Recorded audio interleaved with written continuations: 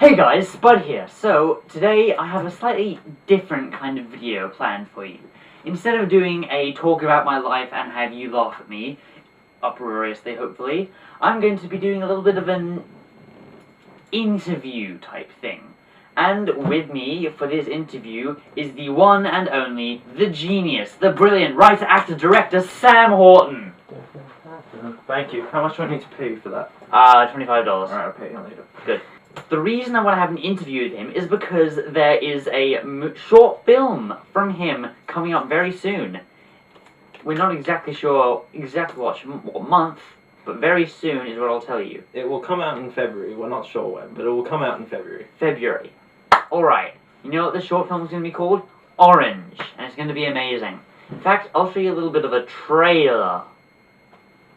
That was a good transition. Trailer. That worked really well. Yeah. That was great.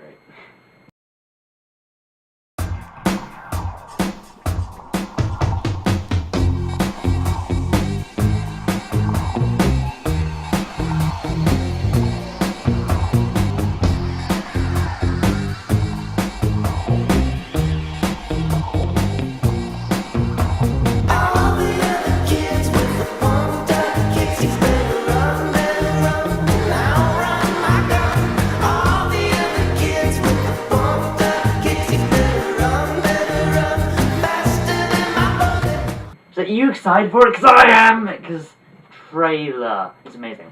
So, I'm just going to ask you a few questions about, you know, making films and such. So, my first question for you is, what was the first short film or series that you ever made? Anything of the sort? Oh, well, the first thing that I ever actually worked on series-wise would have to be, Adventures in Travelodge. Oh. Because, there is a film called A Connecticut Yankee in King Arthur's Court, and it is the worst thing. Yes, you know, there's After Earth, and yes, there's Batman and Robin. We don't speak of them. But, this film, it's like this girl who travels back to the years when, like, King Arthur was alive, and there's, like, 80s dance moves, and, like, there's women doing, like, yoga, even though it's, like, the 1600s. Okay. So it doesn't make any sense. But I watched that with my sister and one of her friends, and we thought, this is so terrible, we can do worse. And we did. We only made one episode, but it's the greatest and one of the worst things I ever worked on in history. Well. No one knows how to react after I tell them that story. I think it should be a pretty good reaction. And so, where did you first get the idea for this film? I always wanted to do a thing on obsession, and obsession is a thing that intrigues me because I become obsessed with everything I watch.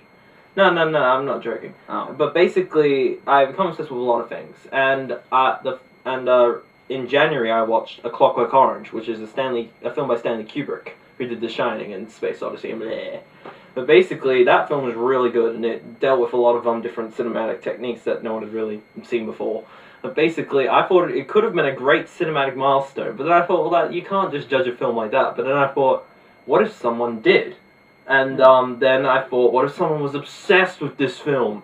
So I began to write a story for it, but then I watched Requiem for a Dream by Darren Aronofsky, who did Black Swan and Noah. We don't talk about Noah either. No. But basically, I watched that and thought maybe it should have that elements from that in it. Not full elements from it, but a little bit. So I wrote that in there, then I whipped up a script, and in 2 days I had a plan for it. Okay. And so, alongside me and Sam in the film is another comedic genius, Oscar Parkinson. You may have seen one of his videos for a short series that Sam did on YouTube called In Trouble. God. It was genius. I'll link that to you at the very end of this video. You'd better link your video. Your video is great. Come on. Okay, fine. His video is awesome. Watch it, then comment about it. It's amazing. Yeah, write all the comments. But yeah, I chose Oscar to be in it, not only because of his timing and stuff, but because I do a drama class with him, and basically I know his acting ability, and he can act really well. He's not going to like me saying that, but he can act really well. He can. He can deny it as much as he wants. Okay, hang on. Oscar, if you're watching this, you are such a good actor. Oh my god. Stop creeping them out. Okay.